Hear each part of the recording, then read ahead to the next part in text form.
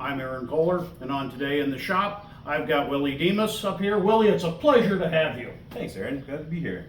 Give me a little brief background of what got you into being a home shop machinist, a model maker, an engine builder, whatever you want to describe yourself as. Well, I wanted to do this pretty much as long as I can remember. I moved to a school in 5th grade that had a really nice machine shop. They didn't have a machine shop teacher. But every time I walked past that shop, I saw those Bridgeports in there, and I thought, man, I want to operate those things. But I never did get the opportunity to do that. About 5 years ago, maybe 6 years ago, I met up a buddy in the park, and he said, "Hey, what are you carrying today?"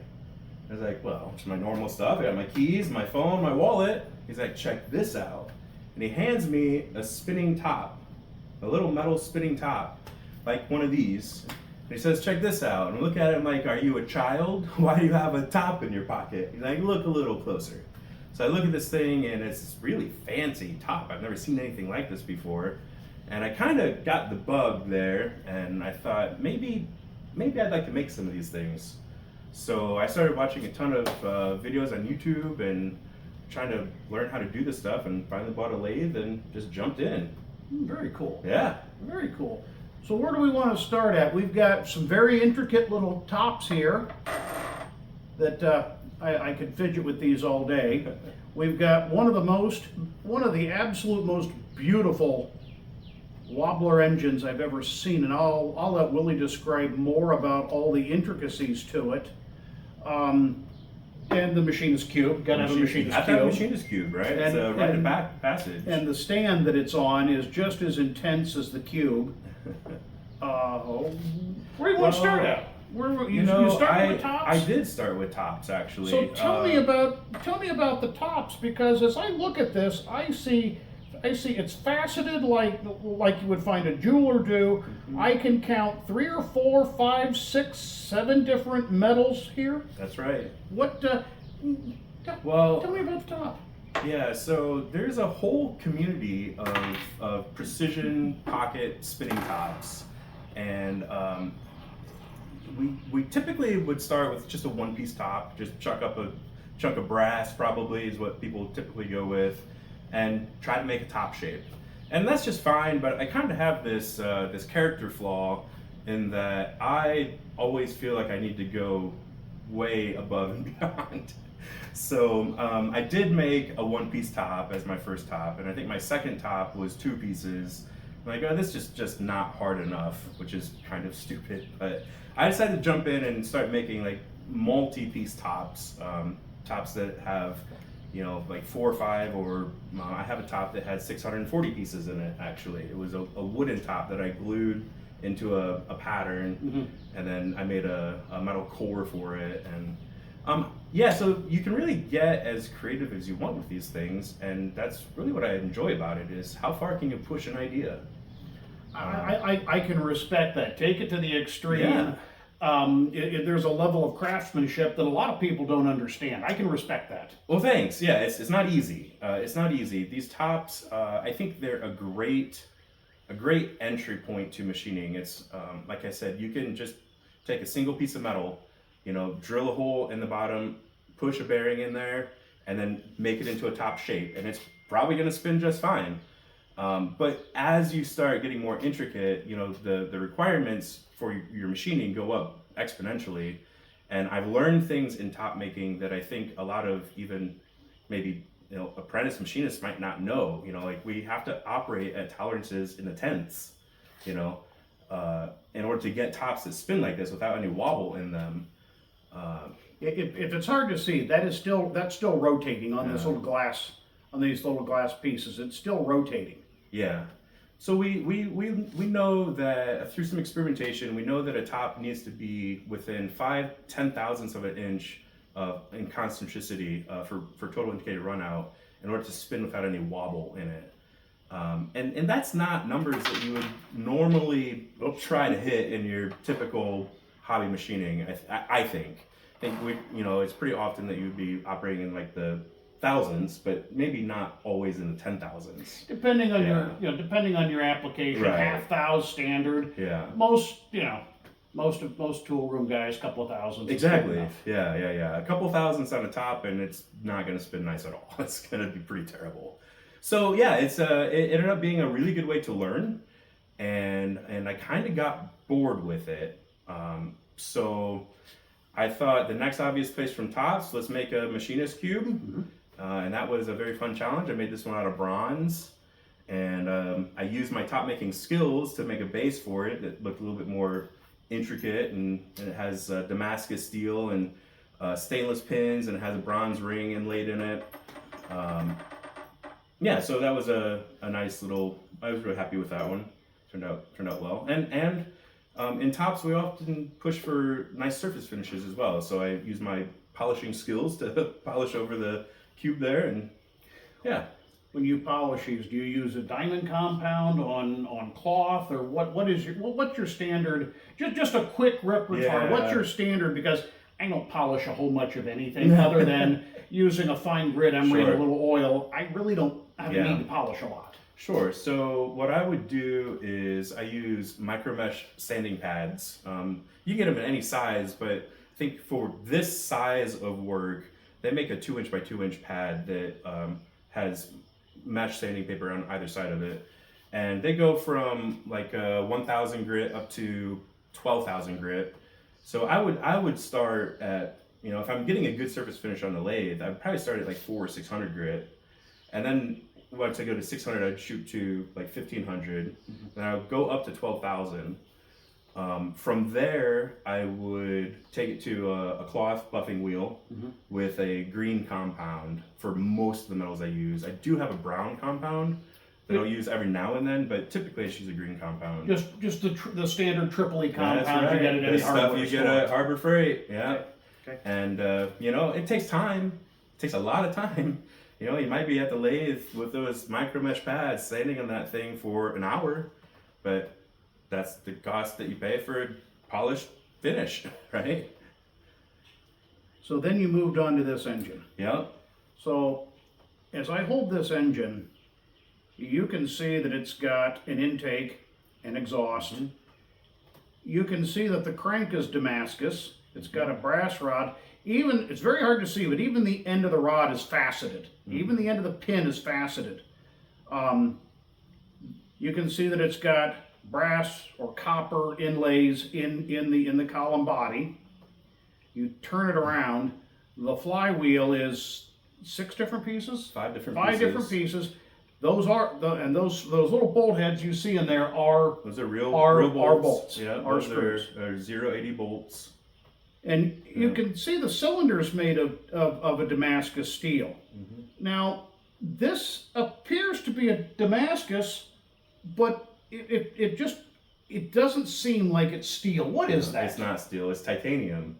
Ti- Yeah. So there's titanium. Titanium Damascus. That's exactly right. There is a titanium Damascus. The trademarked name is Damascus.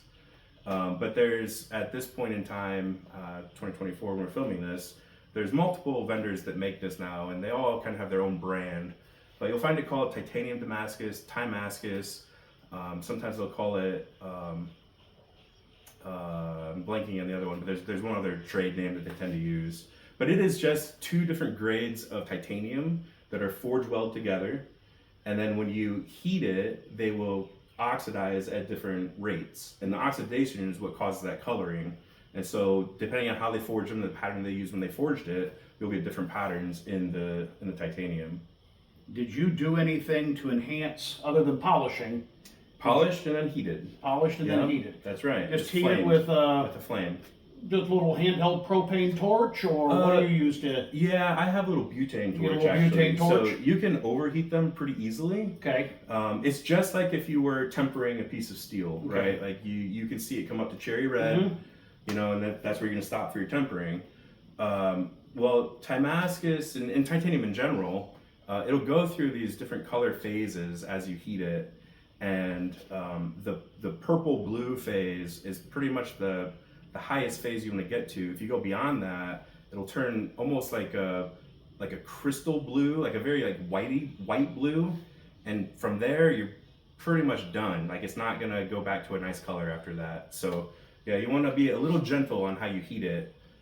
So a little small butane torch tends to work a little bit better, depending on the size of your part. Every time I look at this engine, and I've seen this engine on several occasions, I find something new.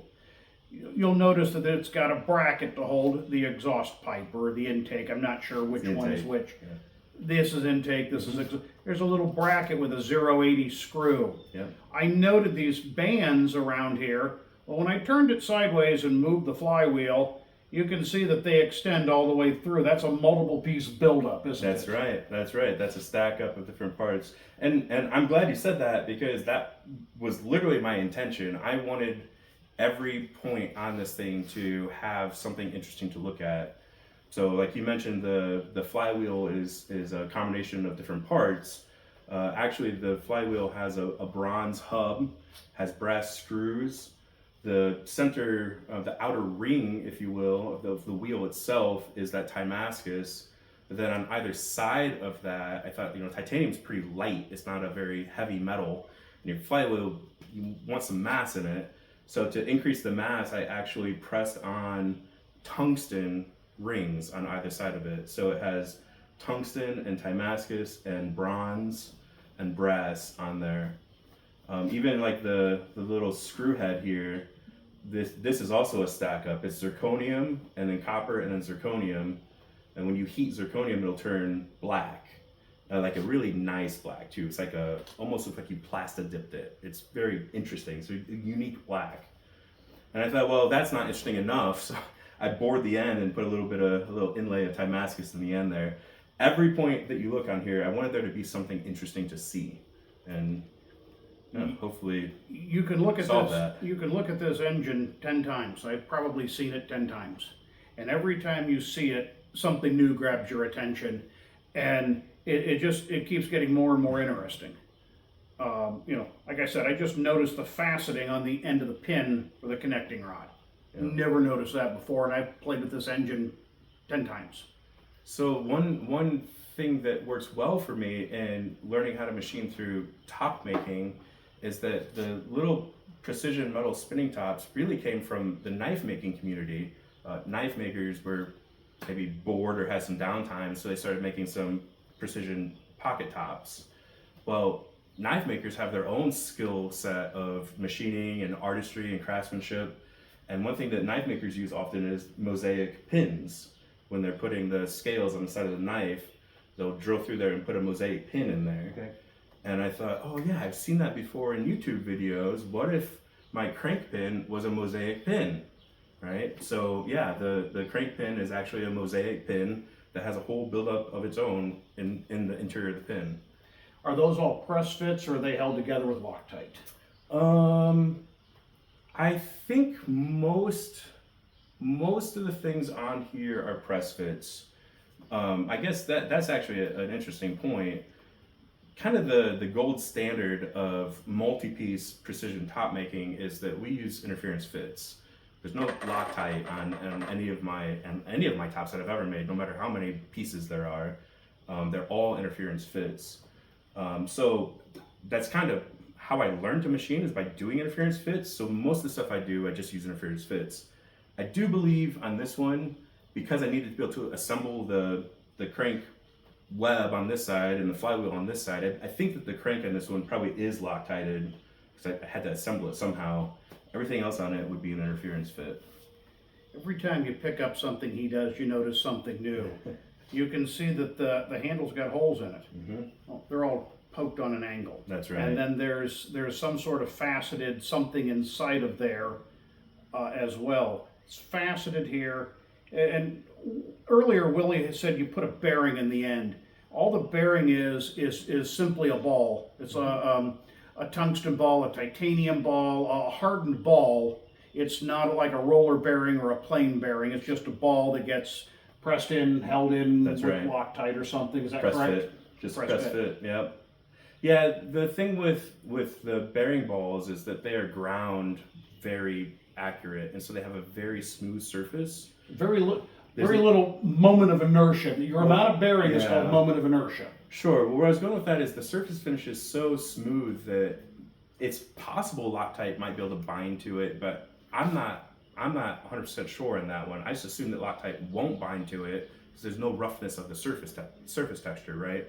Maybe it would, maybe it wouldn't.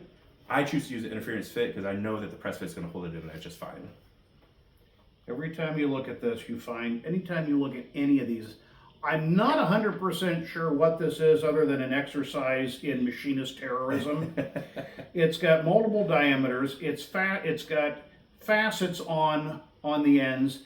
It looks like an end mill was used this way to create knurls on it, and then, you know, you could make a whole chess set like this. And this is just, I got this out simply just to show you the multiples of facets, the multiple cuts on an angle with an end mill and all the way around this. And this is also a stack up of 3, 4, 5, 6 materials. That's right. What's interesting about this one, and this was just a little experimentation piece I made. And I'm sure we'll get a close-up of these later. I'm sure you can't see it. But I was experimenting with how do you create patterns in metal with your milling machine, right? The end mill is round, and it's going to come down and hit the metal. And so just like drilling a hole, you know you can make a round hole, but a round hole is not usually that interesting. Well, if you tip your mill head one way or the other, if you tilt it one way or the other, now when your end mill approaches the work, you can end up creating a scallop cut, right? And that scallop gets even more interesting because if you're hitting a flat surface, now, yes, it's a scallop. But if your surface isn't flat, if you have machined like a radius, like a trough or some kind of curve in there, now when your scallop hits, you might cut out more material here than here. So now you might get like a teardrop sort of shape. So this was just an experimentation. What happens when I tilt my mill a specific way and try to make a cut? What kind of pattern it's going to create? And it ended up creating a really cool pattern. So yeah, it was just some experimentation I was doing. I don't know if it'll be on this video, but I will shoot a bunch. If it's not, I will shoot a bunch of high definition photographs and create another video showing probably all of these individually in some separate videos. So just stand by. Yeah. So my Lastly, latest, what is this? What is this? I've done electronics. Are we getting near the end, John?